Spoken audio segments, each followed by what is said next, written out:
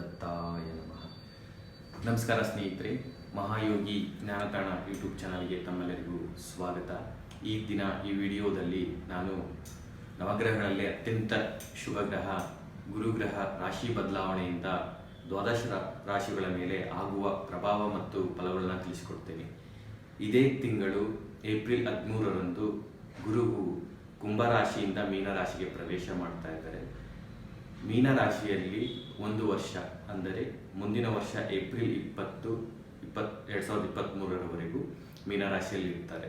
ನಾವು ಎಲ್ಲ ಶುಭ ಕಾರ್ಯಗಳಿಗೆ ಗುರುಬಲವನ್ನು ನೋಡ್ತೇವೆ. ಫಾರ್ ಎಕ್ಸಾಂಪಲ್, ಮದುವೆ ಆಗಬೇಕು ಅಂತ ಇದ್ದರೆ, ಸಂತಾನ ಇರ್ಬೋದು, ಉದ್ಯೋಗ ಇರ್ಬೋದು, ವ್ಯಾಪಾರ ಇರ್ಬೋದು, ಎಲ್ಲದಕ್ಕೂ ಗುರುಬಲ ಇದೆಯಾ ಅಂತ ಹೇಳಿ ನಾವು ನೋಡ್ತೇವೆ. ಇದು ಸಾಮಾನ್ಯ. ಗುರುವು ಒಲಿದ್ರೆ ಸರ್ವವು ಶುಭಮಯ, ಹರಿಕೆಟ್ಟರು ಗುರು ಕಾಯುವನು ಎನ್ನುವಂತೆ ಗಾದೆ ಇರುವಂತೆ ಗುರುವು ನಮ್ಮನ್ನು ಕಾಯುತ್ತಾರೆ ಮತ್ತು ಸರಿಯಾದ ದಾರಿಯಲ್ಲಿ ನಡೆಸುತ್ತಾರೆ. ಈ ಗುರುವಿನ ಪ್ರಭಾವದಿಂದ ದ್ವಾದಶ ರಾಶಿಗಳ ಮೇಲೆ ಏನು ಪ್ರಭಾವಗಳು ಬೀರುತ್ತೆ ಅನ್ನೋದನ್ನ ಈಗ ನೋಡೋಣ. ಡೈರೆಕ್ಟ್ ಟಾಪಿಕ್ಗೆ ಬರ್ತೇನೆ. ಈಗ ಮಿಥುನ ರಾಶಿಯವರಿಗೆ ಗುರು ರಾಶಿ ಬದಲಾವಣೆಯಿಂದ ಆಗುವ ಫಲಗಳನ್ನ ತಿಳ್ಕೊಳ್ಳೋಣ. ಗುರುವು ನಿಮಗೆ ದಶಮ ಸ್ಥಾನದಲ್ಲಿ ಮೀನರಾಶಿಯಲ್ಲಿ ಇದೇ ಏಪ್ರಿಲ್ 13ರಂದು ಪ್ರವೇಶ ಮಾಡ್ತಾ ಇದ್ದಾರೆ. ಸ್ವಕ್ಷೇತ್ರದಲ್ಲಿ ಮಿಥುನ ರಾಶಿಯವರಿಗೆ ಸಾಮಾಜಿಕದ ಸ್ಥಳಗಳಲ್ಲಿ ಸ್ಥಾನಮಾನ ಸಿಗುತ್ತೆ. ಹಾಗೂ ದಶಮಸ್ಥಾನ ಕರ್ಮಸ್ಥಾನ ಆಗಿರೋದ್ರಿಂದ ಉದ್ಯೋಗ ಮತ್ತು ವ್ಯವಹಾರಗಳಲ್ಲಿ ಯಾರಿದ್ದೀರಾ ನಿಮಗೆ ಸ್ವಲ್ಪ ಜವಾಬ್ದಾರಿ ಜಾಸ್ತಿ ಆಗ್ತಾ ಬರುತ್ತೆ. ಹಾಗೆ ಮಕ್ಕಳ ವಿಚಾರದಲ್ಲಿ ನಿಮಗೆ ಜವಾಬ್ದಾರಿಯನ್ನು ನೀವು ಜಾಸ್ತಿ ತೆಗೆದುಕೊಳ್ಬೇಕಾಗುತ್ತೆ. ಗುರು ಕೇಂದ್ರಾಧಿಪತಿ ದೋಷ ಬರೋದ್ರಿಂದ ಸ್ವಲ್ಪ ಜವಾಬ್ದಾರಿಯನ್ನು ಜಾಸ್ತಿ ನೀಡ್ತಾರೆ. ಹಾಗೆ ನೈಸರ್ಗಿಕ ಶುಭಗ್ರಹ ಆಗಿರೋದ್ರಿಂದ ಉದ್ಯೋಗ ಯಾರು ಪ್ರಯತ್ನ ಮಾಡ್ತಾ ಇದ್ದೀರಾ ಮಿಥುನ ರಾಶಿಯವರಿಗೆ ಉದ್ಯೋಗ ಪ್ರಾಪ್ತಿ ಆಗುತ್ತೆ.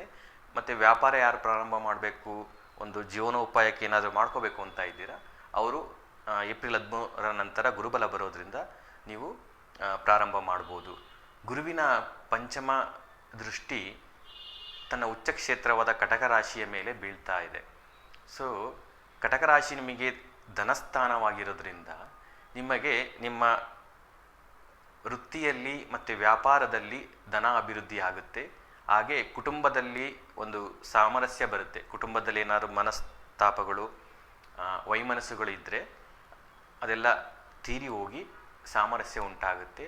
ಹಾಗೆ ನಿಮ್ಮ ಕುಟುಂಬ ಎಕ್ಸ್ಪೆನ್ಷನ್ ಆಗುವ ಸಾಧ್ಯತೆ ಇದೆ. ಅಂದರೆ ಗುರುವು ಎಕ್ಸ್ಪೆನ್ಷನ್ ಪ್ಲಾನೆಟ್ ವೃದ್ಧಿ ಮಾಡ್ತಾರೆ. ಅಂದರೆ ನಿಮ್ಮ ಕುಟುಂಬದಲ್ಲಿ ಎಕ್ಸ್ಟ್ರಾ ಫ್ಯಾಮಿಲಿ ಮೆಂಬರ್ಸ್ ಬರ್ಬೋದು, ಅಂದರೆ ಸಂತಾನ ಆಗ್ಬೋದು, ವಿವಾಹ ಆಗದೇ ಇದ್ದವರಿಗೆ ವಿವಾಹ ಆಗಿ ನಿಮ್ಮ ಕುಟುಂಬ ದೊಡ್ಡದಾಗ್ಬೋದು. ಹಾಗೆ ಮಾತಿನಿಂದ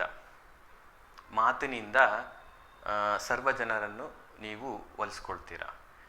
ಹಾಗೆ ಗುರುವಿನ ಸಪ್ತಮ ದೃಷ್ಟಿ ತನ್ನ ಶತ್ರುಕ್ಷ ರಾಶಿಯಾದಂಥ ಕನ್ಯಾ ರಾಶಿ ಮೇಲೆ ಬೀಳ್ತಾ ಇದೆ. ಸೊ ನಿಮಗೆ ಚತುರ್ಥ ಭಾವ ಆಗೋದ್ರಿಂದ, ಗುರುವಿನ ದೃಷ್ಟಿ ಚತುರ್ಥ ಭಾವದ ಮೇಲೆ ಇರೋದ್ರಿಂದ ತಾಯಿಯ ಆರೋಗ್ಯದಲ್ಲಿ ಗಮನೀಯವಾದ ಚೇತರಿಕೆ ಕಂಡುಬರುತ್ತೆ. ಹಾಗೂ ವಾಹನ ಮತ್ತು ಆಸ್ತಿ, ಸ್ಥಿರಾಸ್ತಿ ಈ ರೀತಿ ವಿಚಾರಗಳಲ್ಲಿ ಸ್ವಲ್ಪ ಸ್ಲೋ ಆಗಿ ಗ್ರ್ಯಾಜುವಲ್ ಆಗಿ ಇಂಪ್ರೂವ್ಮೆಂಟ್ಸ್ ಅನ್ನೋದು ನಿಮಗೆ ಸಿಗುತ್ತೆ ಮಿಥುನ ರಾಶಿಯವರಿಗೆ. ಹಾಗೆ ಗುರುವಿನ 9ನೇ ದೃಷ್ಟಿ ವೃಶ್ಚಿಕ ರಾಶಿ ಮೇಲೆ ಬೀಳ್ತಾ ಇದೆ, ಮಿತ್ರ ಕ್ಷೇತ್ರದ ಮೇಲೆ. ಅದು ಷಷ್ಠ ಭಾವ ಆಗಿರೋದ್ರಿಂದ ಸೊ ಮಿಥುನ ರಾಶಿಯವರು ಶುಭ ಕಾರ್ಯಗಳಿಗೆ, ಒಂದು ಮಕ್ಕಳ ವಿದ್ಯಾಭ್ಯಾಸಕ್ಕಿರ್ಬೋದು, ಈ ರೀತಿಯಾಗಿ ಸ್ವಲ್ಪ ಲೋನ್ಸ್ ಮಾಡುವ ಸಾಧ್ಯತೆ ಇರುತ್ತದೆ. ಹಾಗೆ ಶತ್ರುಗಳು ವೃದ್ಧಿ ಆಗೋಕ್ಕೆ ಸಾಧ್ಯತೆ ಇರುತ್ತೆ. ಯಾಕೆಂದರೆ ಗುರುವು ಎಕ್ಸ್ಪೆನ್ಷನ್ ಮಾಡೋದ್ರಿಂದ ಶತ್ರುಗಳು ವೃದ್ಧಿ ಆಗ್ತಾರೆ. ಸೊ ಆ ವಿಚಾರದಲ್ಲಿ ಸ್ವಲ್ಪ ಹುಷಾರಾಗಿರಿ. ಹಾಗೆ ಜೀರ್ಣಾಂಗ ವ್ಯವಸ್ಥೆ, ಗುರುವು ಜೀರ್ಣಾಂಗ ವ್ಯವಸ್ಥೆಗೆ ಕಾರಕರಾಗಿರೋದ್ರಿಂದ ಗುರುವು ಷಷ್ಠ ಭಾವವನ್ನು ನೋಡೋದ್ರಿಂದ ಆರೋಗ್ಯದ ಇನ್ಟೇಕಿಂಗ್ ಫುಡ್ಡಲ್ಲಿ ಸ್ವಲ್ಪ ಗಮನವಹಿಸಿ, ಆಹಾರದಲ್ಲಿ ಕ್ರಮಬದ್ಧತೆಯನ್ನು ಅನುಸರಿಸಿ, ಆಗ ಯಾವುದೇ ಸಮಸ್ಯೆ ಬರೋದಿಲ್ಲ. ಗುರು ನೈಸರ್ಗಿಕ ಶುಭಗ್ರಹ ಆಗಿರೋದ್ರಿಂದ ನಿಮಗೆ ಶುಭವನ್ನೇ ಉಂಟು ಮಾಡ್ತಾರೆ.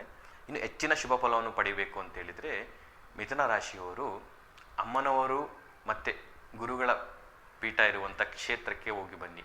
ಉದಾಹರಣೆಗೆ ಶೃಂಗೇರಿ ಶಾರದಾಂಬೆ ಪೀಠಕ್ಕೆ ನೀವು ಗುರುವಾರ ಹೋಗಿ ಅಲ್ಲಿ ಕ್ಷೇತ್ರವಾಸ ದರ್ಶನ ಸೇವೆ ಮಾಡ್ಕೊಂಡ್ಬಂದರೆ ನೀವು ಹೆಚ್ಚಿನ ಶುಭ ಫಲವನ್ನು ಪಡಿಬೋದು. I wish you all the best ಮಿಥುನ ರಾಶಿಯವರಿಗೆ. ಈ ವಿಡಿಯೋ ಇಷ್ಟ ಆದರೆ ಲೈಕ್ ಮಾಡಿ, ಶೇರ್ ಮಾಡಿ, ಕಮೆಂಟ್ ಮಾಡಿ ಹಾಗೂ ನಮ್ಮ ಚಾನಲನ್ನು ಸಬ್ಸ್ಕ್ರೈಬ್ ಮಾಡಿಕೊಳ್ಳಿ. ಜೈ ಸಾಯಿರಾಮ್.